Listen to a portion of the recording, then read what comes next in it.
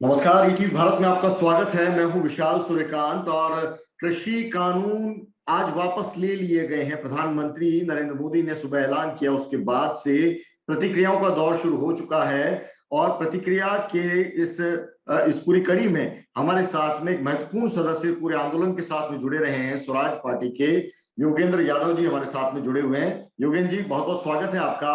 First reaction आपका प्रधानमंत्री के ऐलान पर। विशाल भाई, मैं तो कई महीनों से कह रहा हूँ, सुन सुन के मेरे साथी भी तंग हो गए थे। मैं कह रहा था कि देखिए, 3 कानून तो मर चुके हैं, बस अब हम उसका डेथ सर्टिफिकेट कलेक्ट करने का इंतजार कर रहे हैं।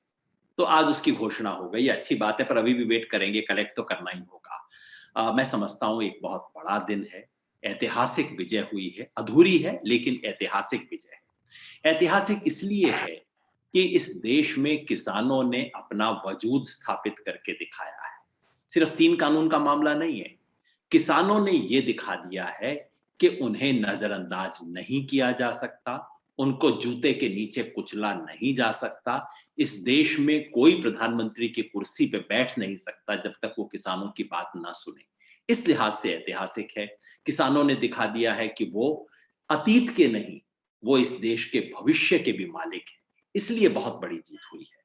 योगेंद्र लेकिन जी, ये आप जीत जी आप आंदोलन से भी जुड़े रहे हैं, आप चुनावी राजनीति को भी बखूबी समझते हैं। मेरा सीधा सवाल ये कि क्या ये वाकई किसान आंदोलन, किसान नेताओं की रणनीति का नतीजा है, या फिर ये चुनावी राजनीति की ऐसी मजबूरी है जिसको नजरअंदाज इस वक्त में नहीं किया जा सकता? इन दोनों में अंतर क्या है? किसान आंदोलन ने और रणनीति ने इतना दबाव बनाया कि मोदी जी को, जिनको संविधान समझ नहीं आ रहा था, हमने कहा था असंवैधानिक कानून है, मोदी जी को समझ नहीं आया। हमने कहा कानून कानूनन तौर पे गलत है, उन्हें समझ नहीं आया। हमने कहा किसान का नुकसान होगा, उन्हें परवाह नहीं है। हमने कहा 700 लोग शहीद हो गए हैं, कम से कम इंसानियत के तरीके से देख लो, उनको समझ नहीं आया। लेकिन जब दबाव बना, एक भाषा मोदी जी को समझ आती है, वो है चुनाव, वोट, सत्ता, सरकार। जब सिंहासन डोलने लगा, तब उनको समझ आया कि नहीं नहीं, कुछ करने की जरूरत है। तो जाहिर है, आंदोलन ने दबाव बनाया, आंदोलन की रणनीति थी। उत्तर प्रदेश में हमने दबाव बनाया, पंजाब में दबाव बनाया, इसलिए सरकार को मजबूरी से कदम उठाने पड़े। वो लेकिन सरकार लेकिन जिससे इसका इसका इसका मतलब ये भी हुआ कि अगर चुनाव नहीं आते तो शायद आपका दबाव उस रूप में काम नहीं होता, जिस तरह से 358 दिनों से आंदोलन चल रहा था, आगे भी चलता रहता। अगर लोकतंत्र ही ना होता तो 10 साल तक दबाव चलता रहता, 10 साल तक आंदोलन करना पड़ता है। लोकतंत्र की खूबी है, बड़े बड़े लोगों का अहंकार ठिकाने आ जाता है। इंदिरा गांधी को भी 1977 में लोगों ने दिखा दिया था। और नरेंद्र मोदी जी जो कहते थे एक बार तय कर लिया, अब तो पीछे है, प्रधानमंत्री मोदी है जी, पीछे नहीं हटेगा। किसानों ने दिखा दिया, बड़े बड़े तानाशाहों को जनता सबक सिखा देती है। लोकतंत्र की विजय है।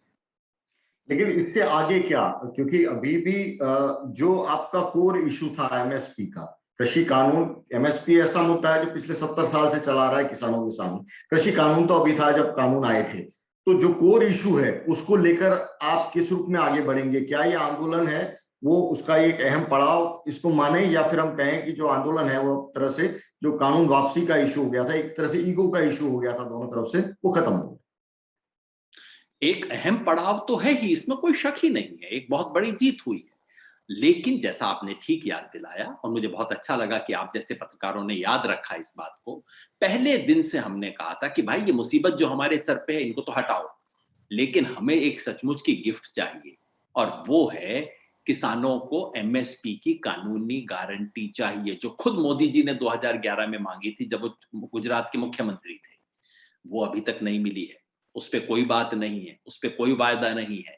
तो इसलिए जाहिर है, हमारी एक बहुत महत्वपूर्ण मांग है जो कि अभी नहीं मानी गई। जाहिर है, हमारा संघर्ष जारी रहेगा। अब संघर्ष का स्वरूप क्या होगा, इसके बारे में संयुक्त किसान मोर्चा की बैठक है, कल परसों सब लोग मिलेंगे, बात करेंगे। उसमें जो भी तय होगा सबके लिए वो मान्य। लेकिन प्रधानमंत्री ने बिल वापसी की बात तो कही और साथ में ये भी कहा है कि कमेटी हम बनाएंगे एमएसपी समेत तमाम विषयों पर बात करने के लिए। तो फिर आपको नहीं हमारे लगता कि पंजाब के किसान कहते हैं, जिस काम पे मिट्टी डालनी हो उसकी कमेटी बना दो। काम पे मिट्टी, तो कमेटियों पे तो देखिए किसी को कोई भरोसा नहीं। अगर कमेटियों से सुलझना होता तो अब तक मामला कई सालों पहले सुलझ गया होता। ये कमेटी की उपयोगिता तभी है जबकि उसका मूल सिद्धांत स्वीकार कर लिए जाए। जब सरकार ये कहे कि हाँ, हम एमएसपी को कानूनी मान्यता देने को तैयार हैं, हम एमएसपी पर खरीद करने की गारंटी देने को तैयार हैं, हम इतने वर्ष में गारंटी करेंगे, उसके बाद कमेटी उसकी इबारत तैयार कर सकती है। कमेटियां बैठ के ये तय नहीं कर सकती कि एमएसपी होगी या नहीं होगी। ये संघर्ष जमीन का संघर्ष है और ये कमेटियों से सुलझने वाला नहीं है। एक तरह से ये आंदोलन जो चल रहा था, इसको सामाजिक आंदोलन और एक राजनीतिक आंदोलन के रूप में भी देखा जा रहा था सरकार के पर दबाव डालने के लिए। और ऐसे में आप स्वराज पार्टी की नुमाइंदगी भी करते हैं, तो एक अंदेशा ये भी था कि अगर ये मुद्दा सुलझता नहीं है, उस रूप में इसका समापन नहीं होता, तो शायद चुनावी राजनीति के अंदर भी किसान नेता उतर सकते हैं। योगेंद्र यादव से आज के दिन मैं फिर वो सवाल करना चाहता हूं जो पिछली बार आपसे किया था, आप भी अपनी कोई चुनावी राजनीति किसानों के मुद्दे पर देख रहे हैं, या इसे एक विशुद्ध रूप से किसानों का वो मुद्दा रख रहे हैं, समाज का मुद्दा रख रहे हैं, जिसको आप सरकार के साथ में उसका समाधान करने की कोशिश कर रहे थे?